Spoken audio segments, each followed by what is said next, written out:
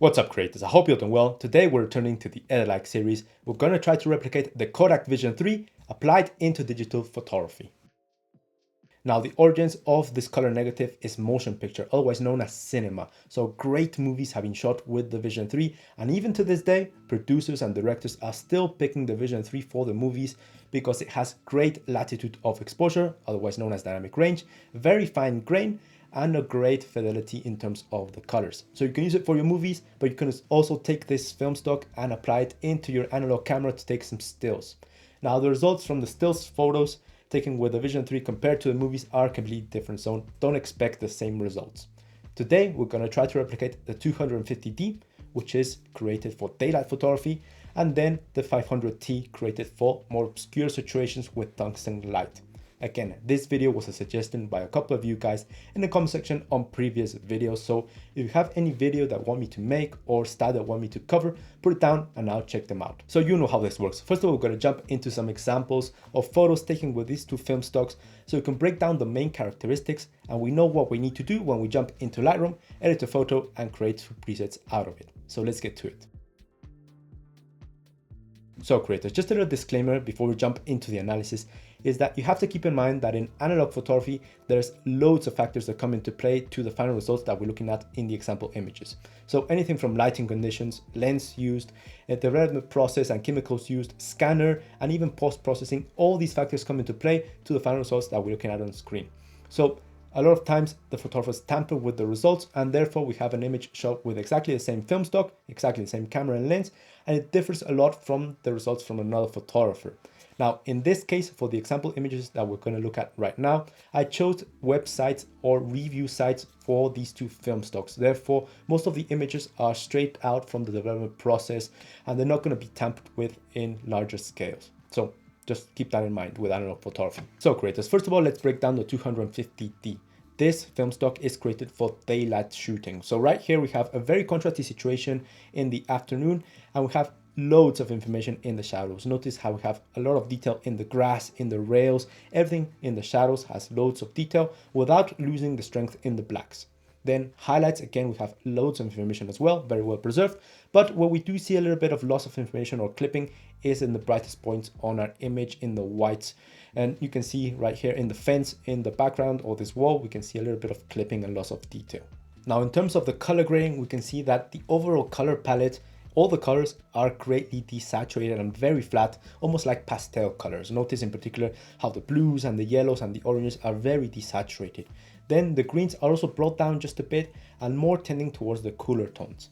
Now, one color that isn't desaturated with this film stock is the reds. The reds are highly vibrant and very saturated, very vivid, and tending a bit towards the magentas, just a bit. So we can do this in the camera calibration tab in Lightroom. And then this being classic Kodak, we have this very warm cast added into the entirety of the image, but it's most noticeable in the highlights in particular. In the skies, you're going to see that mix of that desaturated sky with this cream cast added, and it creates a very nice and very warm image, in particular for portraits as well. Then in the shadows, we have a bit of inconsistency. In some images in the shadows, we have a teal cast added. In others, we have more of a green cast in the darker parts on our image, and in others, we have a slight blue. So this changes depending on the lighting situation, but we can apply this in the color grading department.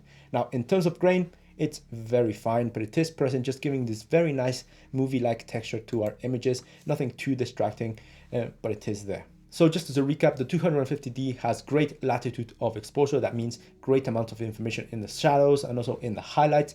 Then we have that warm cast, classic Kodak added into the entirety of the image and a very desaturated and pastel-like color palette with the exception of the reds. Again, very fine grain as well. We have to keep that in mind. Now let's move on to the 500T. Now the T stands for tungsten. So this film stock was created when you're shooting movies in darker scenarios and you need to light or brighten up your scenario with tungsten lights. In the past, all lights on set were tungsten and they projected this very warm cast into the scene. Now to compensate that warm cast, so the white balancing is a bit more corrected, you applied this film stock that created a blue cast into the entire image to compensate those tungsten hues. And that's why you're going to find that stills shot with the 500T are going to be very cool with this overall blue or teal palette in the shadows in particular, but in the entirety of the image. Sometimes it's a bit more towards the teals, sometimes it's a bit more towards the cobalt, and in others it looks a bit purple. It all depends on the lighting situation. So in a professional scenario, you would need to correct this blue shift, but we're just going to leave it because it's the main characteristic of the 500T. Now, apart from that, the 500T is very similar in terms of the color palette and the dynamic range of the 250D, with the exception of some tones. For example, the greens, you can notice how they're very emerald. It's basically those greens are interacting with the blue shift that's being added into the entirety of the image. And as a result, we have those cooler, almost emerald-like greens in the background. Then, just like in the 250D, most of the colors are desaturated with the exception of the aquas and also the reds, which are very vibrant. Now, this vibrancy in the red, we can achieve it in camera calibration, but as you can see, it's also affecting the skin tones because they contain a lot of red. And then we're creating this very strange situation where the skin tones and the reds are very saturated, but all the other colors are very flat. So it's quite strange, but just a characteristic of the 500T. So the 500T is very similar to the 250D. We just have that slight tone shift in the greens and also in the reds, but in particular we have that blue cast added into the entire image. Meanwhile, the 250D has a slight green cast, very subtle, very warm in the shadows as well. So we can see it in all these images in the comparisons, and also the most evident tone shift is the greens. We can see how the 250D, they're very bright. They're also a bit more towards the cooler tones, but not as much as the 500T. I think I have all the information that I need. Now let's jump into Lightroom and start color grading. But before that, as always, I have to remind you that these two presets that we're going to create today, I'm going to include them in the Edit Like preset pack v3 and the analog preset pack. In the analog preset pack, you're going to find all the analog styles that we've created throughout the years. And as we continue to create more presets will be added into that pack. So that's a great way you can skip my tutorials, and in the process you can support me. It's also included in the Edit Like preset pack v3 because, well, this video is part of the Edit Like series. So check out my shop. If you can support me by purchasing anything from my shop with my presets or my LUTs, I'll be very thankful because we all know that YouTube AdSense pays next to nothing. And if you want me to make more videos for you guys, supporting me is a great way to do it. So if you can support me in purchasing anything, I'll be very thankful. If not, don't worry guys, let's jump into Lightroom and start editing. So creators, here in Lightroom I have this little collection of images, and notice that most of them are shot in broad light or in well-lit environments.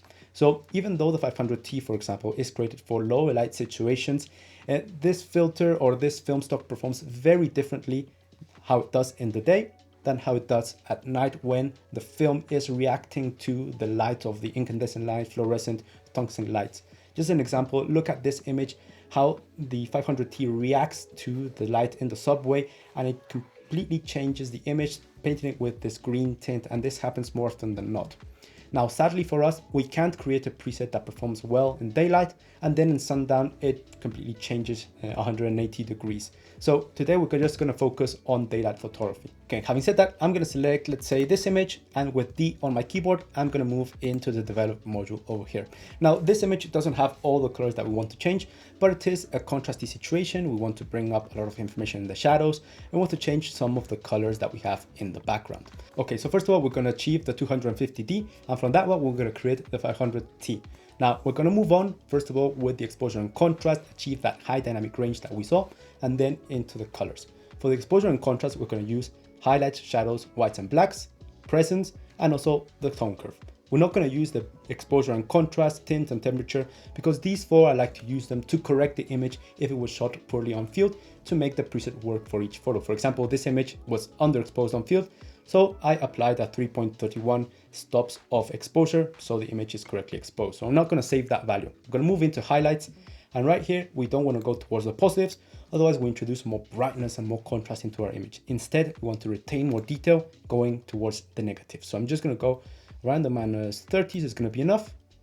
Then shadows, again, not towards the negatives, otherwise we introduce more contrast and we lose information.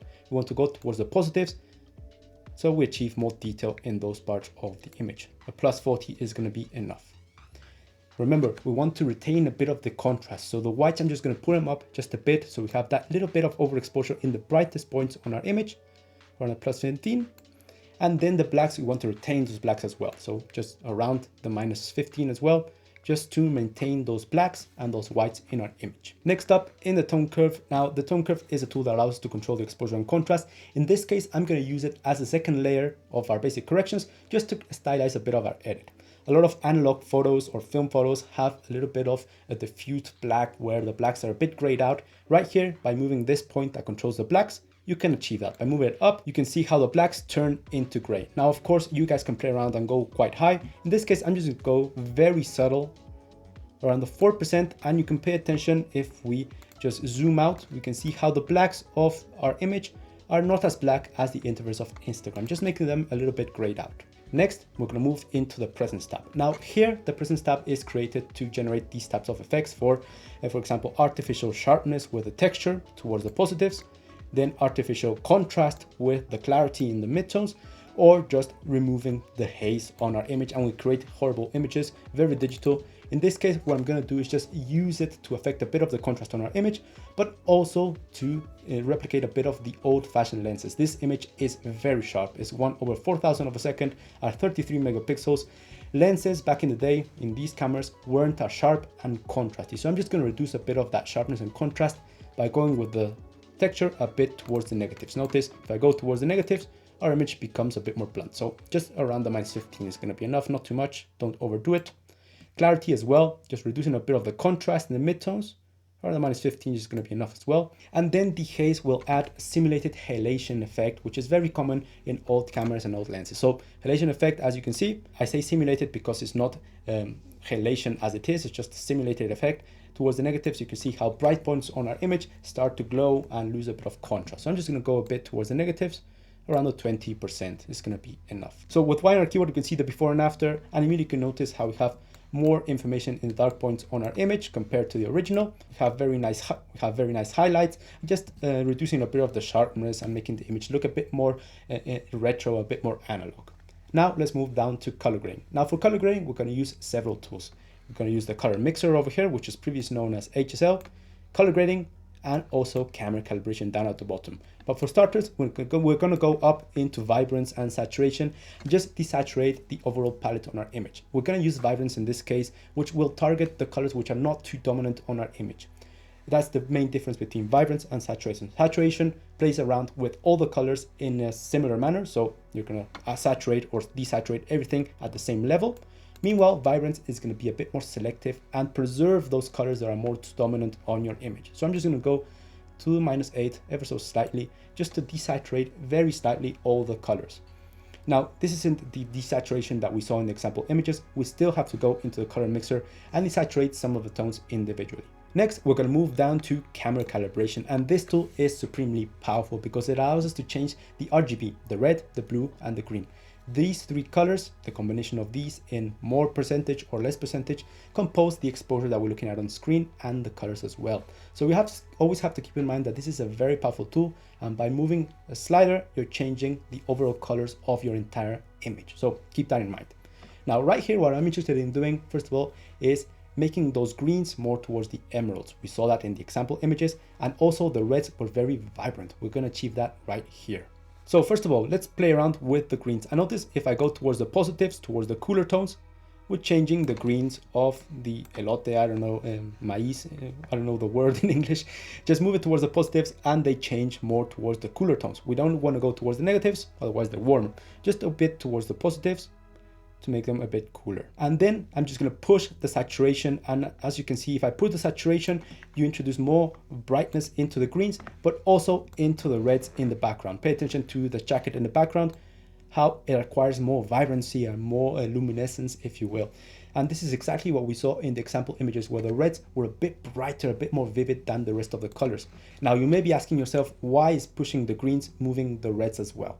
And that's because camera calibration works with complementary colors. So as we look at a global color wheel over here, we can see we have the greens at this side, and the direct opposite, the complementary color of the green, is what? The magentas and the reds. Therefore, by pushing the green primary, we're going to move the greens, but also the direct opposite, which is the magentas. I know it's a bit confusing, but it just takes a bit of practice to learn this. For example, the blue primary, you can move all the blues, but you're also going to affect a lot of the yellows and the skin tones. Why? Because blue is direct opposite to the yellows and vice versa. So you always have to keep in mind that you're affecting more than one color when you're moving these sliders.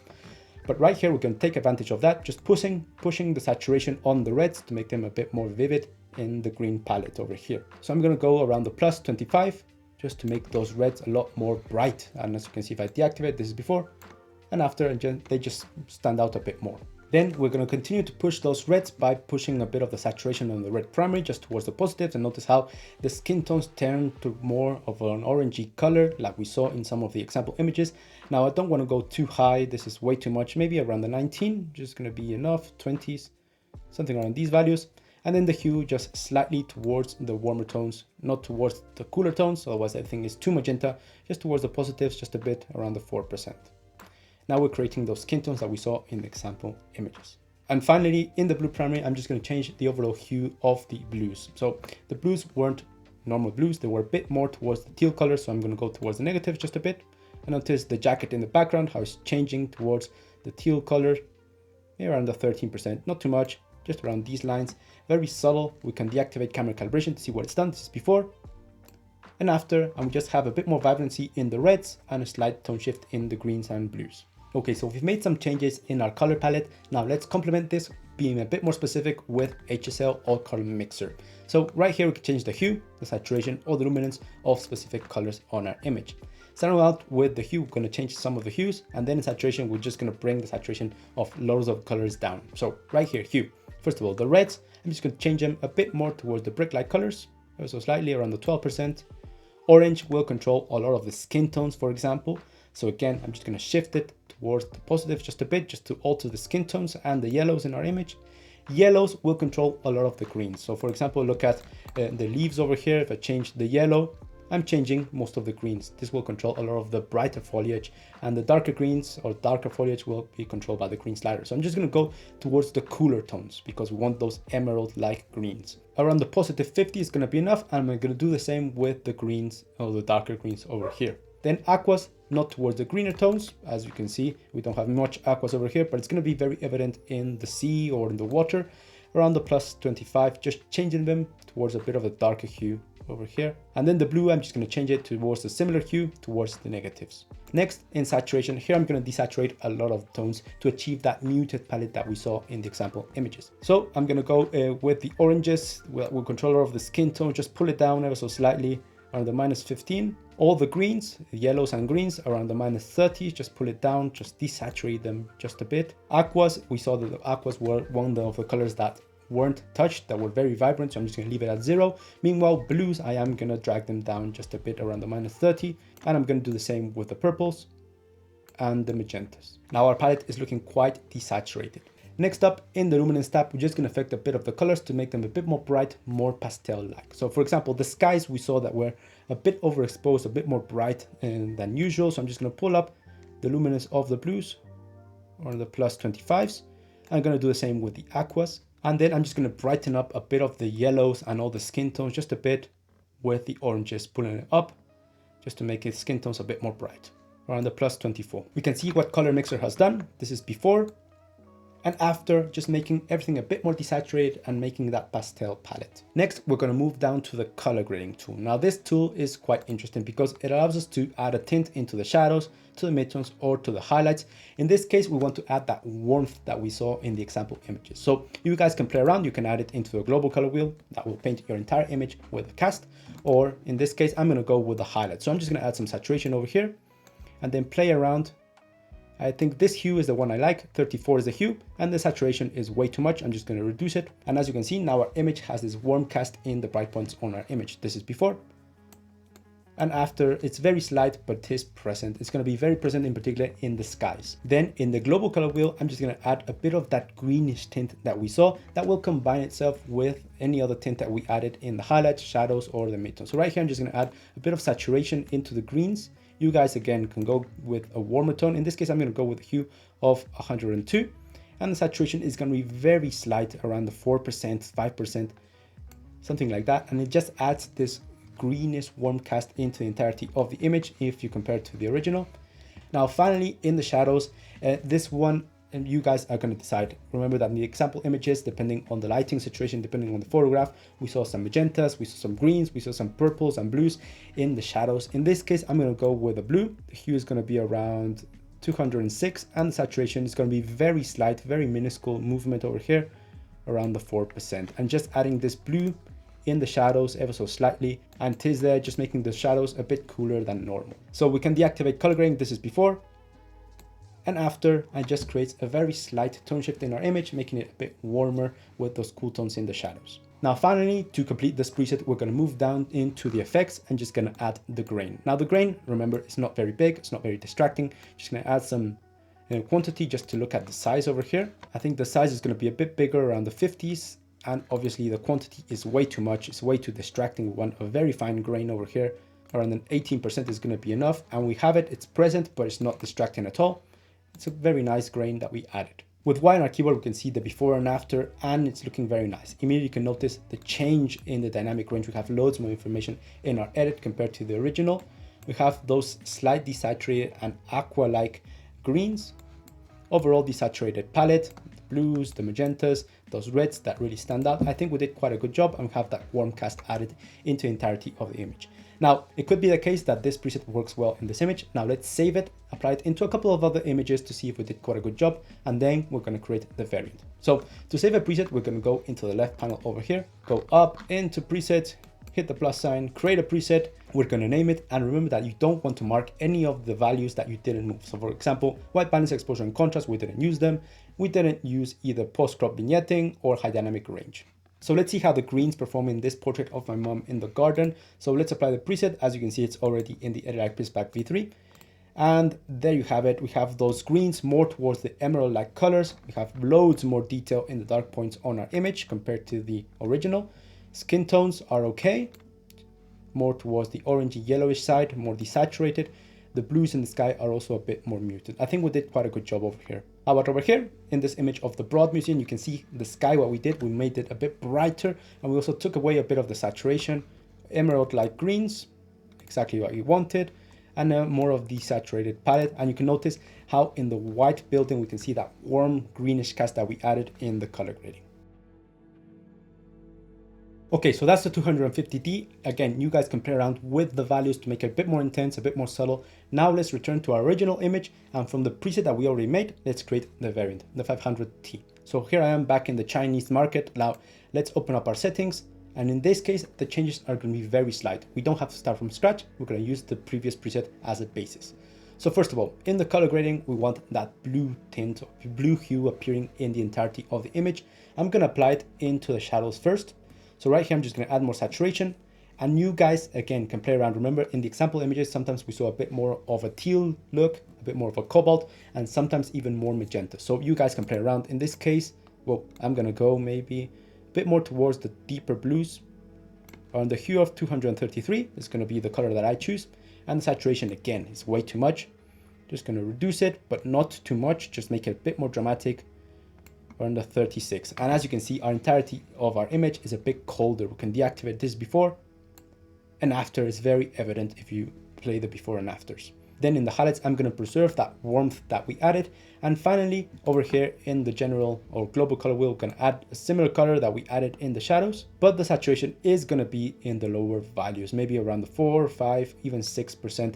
And the global color wheel is quite interesting because the hue that we added over here, the 6% of the blues, is going to mix with the warmth that we added in the highlights, creating some interesting combination in the bright points on our image as well. Now the preset is almost complete. One thing that is missing is that in the 500T, we saw a bit more brightness, a bit more emerald-like greens. So again, we're going to move up into color mixer, and right here in the luminance tab, we're just going to change all the greens into more of a pastel look. So I'm going to go around the 35% for the yellows, and also for the greens, and immediately we can notice how the leaves over here are a bit more bright, more towards the pastel colors. So again, let's save this preset and see how it performs in other images. So let's look at the difference in this image of the green. So here we have the original, then we have the 250D, and then we're going to apply the 500T, and immediately you can see the change. Everything is a bit colder, the greens are a bit more pastel-like, and again, you guys can play around with the intensity of the slider over here to make the values more intense or less intense.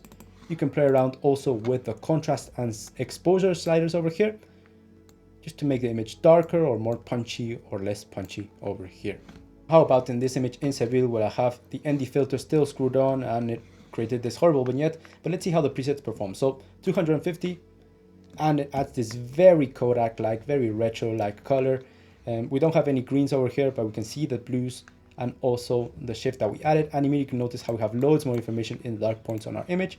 And then the 200 and then the 500T adds this cool tone into the image. It looks fantastic. In this image of this girl in the metro, notice the difference. The 250T introduced a lot more information in the dark points on our image, and that desaturated palette, you can see it even in the hair, and it's a bit softer, more towards the film look. And then finally the 500T adds this cool tone into the image, and it just looks incredible. Let's look at a contrasty situation. Now remember that we're not trying to replicate how these films react to incandescent or luminescent lights.